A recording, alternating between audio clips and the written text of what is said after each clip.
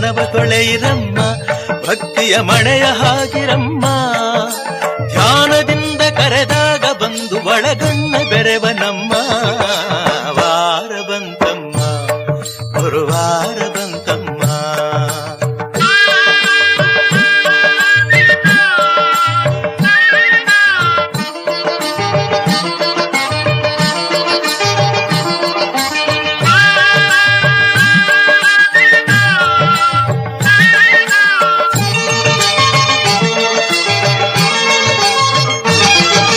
ಕೋಪ ಅರಿಯನಮ್ಮ, ಯಾರನು ದೂರ ತಳ್ಳನಮ್ಮ.